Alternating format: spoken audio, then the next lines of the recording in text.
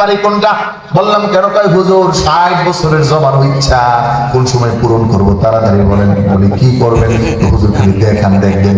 দেখাইতে দেরি দৌড়িয়া যায়। হুজুর আলহামদুলিল্লাহ 60 বছর 80 বছরের ইচ্ছা আবু জাহেলের বাড়িতে একটু প্রস্রাব করব। আবু জাহেলের বাড়িটা ঢুকে একটু টয়লেট সারবো, ইচ্ছা পূরণ করলাম। তার মানে নিকৃষ্ট অহংকারী আবু জাহেল মক্কায় রাসূলুল্লাহর দাওয়াত গ্রহণ করেন না, বরঞ্চ রাসূলুল্লাহকে মারার জন্য পায়তারা করেন। এখন পর্যন্ত এরকম আবু জাহেল মার্কা কিছু শয়তান আছে না নাই? আছে। আরেকটু জোরে বলতে হবে, আছে না নাই? যারা মুসলমানের ইমানের কথাকে থামাতে চায়, তাফসীর মাহফিলকে বন্ধ করতে চায়, অথবা জায়গায় ভাবে জায়গায় ছলে বা কৌশলে প্রকাশ্যে বা গোপনে কথা দিয়ে বা কাজ দিয়ে ইসলামী আন্দোলনকে থামাতে চায়, মনে রাখবেন এরা প্রকৃত মুসলমান না, এগুলো আবু জাহেল মার্কা শয়তান। বলেন ঠিক কিনা? তাহলে অহংকার কার চাদর? আল্লাহর চাদর। অহংকার করা যাবে? হ্যাঁ, আমি এই দলে আছে না? আমার চিনস না? আমি কি চিনি? এর আগে এরকম বলছে, আমরা পালাই না, বুঝছে না? কথা বলে পালাই না।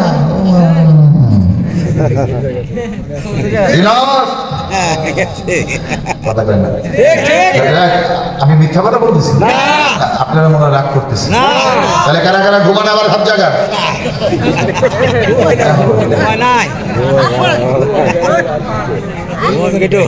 যেবার হাত তোলেন যারা ঘুমান না, যে হাত তুলবে না সে ঘুমাইতেছে। এই যে আমার পাশে মনে হয় দিন মোহাম্মদ ভাই ঘুমায়। আমার ভাইজান আসে, হাত তোলেন, যারা যারা দেন ধরে দেন।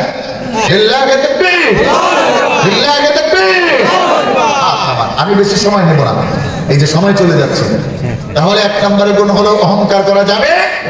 মা বোন যারা আছেন ভালো করে দিলের কান দিয়ে ভালো করে শুনুন। ও আমার মায়েরা, ও আমার বোনেরা, আপনার স্বামী ভালো টাকা কামায়, কিভাবে কামায় তো আপনার খবর নাই। রাত্রেবেলা আরেকজনের পকেট মেয়েরা নিয়ে আসছে, ওইটা দিয়ে বড় স্বর্ণ কিনছেন, গহনা কিনছেন, শাড়ি কিনছেন, লেহেঙ্গা কিনছেন, আইফোন কিনছেন। দেখছেন আমার স্বামী আমাকে আইফোন কিনে দিছে, আপনারা দিছে? কি করেন? আছে না? অহংকার। এই জন্য অহংকার করা যাবে না, বরং আল্লাহ রাব্বুল আলামিন জানায় যারা অহংকারী হবে, আল্লাহ রাব্বুল আলামিন জানায় আমি তাদেরকে মহব্বত করি না। ইন্নাল্লাহা লা ইউহিব্বু কুল্লা মুখতালিন ফাকুর। আল্লাহ বলছেন যারা অহংকারী তাদেরকে আমি গ্রহণ করব না, তাদেরকে আমি ভালোবাসবো না। এই জন্য অহংকার মুক্ত যে সে হলো আল্লাহর বান্দা। এবার অহংকার ছাড়তে রাজি আছি না আমরা? কারা কারা রাজি আছেন একটু আল্লাহকে হাত দেখায় দেন, জবান খুলে বলেন আল্লাহ আমাদেরকে অহংকার থেকে বাঁচার তৌফিক দেন, আপনি বাঁচাইয়া দেন। জবান খুলে বলেন আমিন। হাত নামান। তাহলে 1 নম্বর গুণ হলো অহংকার ছাড়তে হবে। 2 নম্বর গুণ বলতেছে ইয়ামশুনা আলাল আরদি হাওনা ওয়া ইদা খাতাবাহুমুল জাহিলুনা ক্বালু সালামা। আল্লাহ রাব্বুল আলামিন জানেন ওই গোলামগুলো হলো আমার বান্দা, যে বান্দাগুলো তাদের এই কাজটা করতে হবে। বলে কাজটা কি? 2 নম্বরে হলো খাতাবাহুমুল জাহিলুনা ক্বালু সালামা। সমাজে সব মানুষ শিক্ষিত হবে না, সব মানুষ বুঝবালা হবে না, সব মানুষ আল্লাহকে বিশ্বাস করবে না, সব মানুষ নবীর তরিকায় চলবে না। এরকম কিছু খারাপ মানুষের সমাজে আছে না নাই? যার কাছে মসজিদ ভালো লাগে না, মাদ্রাসা ভালো লাগে না, কোরআনের তাফসীর ভালো লাগে না, ইসলামের কথা ভালো লাগে না, ওই জনের খালি ভালো লাগে আই এম এ স্টুডেন্ট। কথা কয় না? ওই জনের ভালো লাগে ফাইটটা যায়, বুকটা ফাইটটা যায়। আছে না নাই? আওয়াজ হয় না? আরে জোরে তো, আরে একটু জোরে বলেন। আল্লাহ বলতেছেন ও মুমিন যারা প্রকৃত ইমানদার, যারা আমার বান্দা, ওই খারাপ মানুষের সাথে যখন ইমানের সাথে দ্বন্দ্ব হবে, ঝগড়া লাগবে, ইসলাম নিয়ে দ্বন্দ্ব হবে, ঝগড়া লাগবে, লাগে কি লাগে না? আর একটু জোরে বলেন। আপনাদের লাগে না? রায়নগর একজন আছে বলে এই মানুষের সাথে যখন তোমার দ্বন্দ্ব লেগে যাবে, খাতাবাহুমুল জাহিলুনা ক্বালু সালামা, তখন প্রকৃত ইমানদার যে আল্লাহর গোলাম, আল্লাহ যাকে বান্দা হিসেবে স্বীকৃতি দিবেন, ওই মানুষটার কাজ হলো তার সাথে ঝগড়া লাগবে না, তার সাথে ফাসাদে জড়াবে না, তার সাথে বিবাদে জড়াবে না। ওই মানুষটা বলবে ক্বালু সালামা, কেমন যাবে রাসূলুল্লাহর ওই কথা। আল্লাহর হাবিব দিয়ে বলে, ও আমার উম্মতেরা, যারা তোমরা রোজা রাখবা, বেরোজগারের সাথে সাক্ষাৎ হলে বলবা ভাই আমি রোজাদার, আমি ঝগড়া করতে চাই না।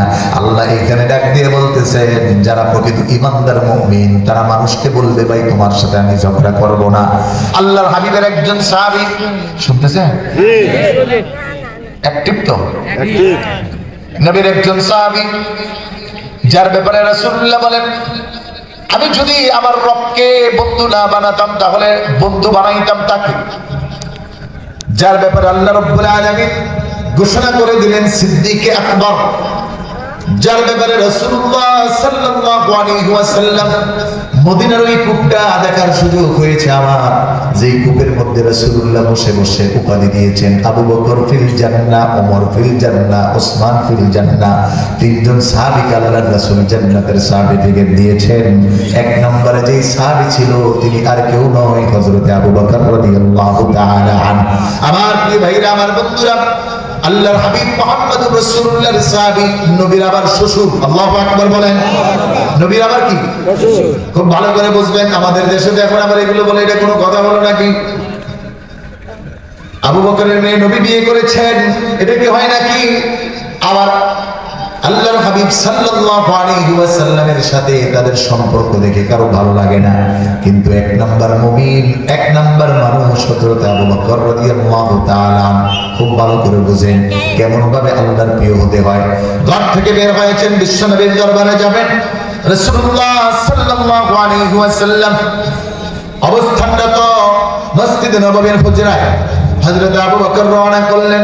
প্রতিমধ্যে দুইজন মুনাফিক, মুনাফিক আছে চিনেন? কথা মিথ্যা বলে, কথা কি বলে? জোরে বলে।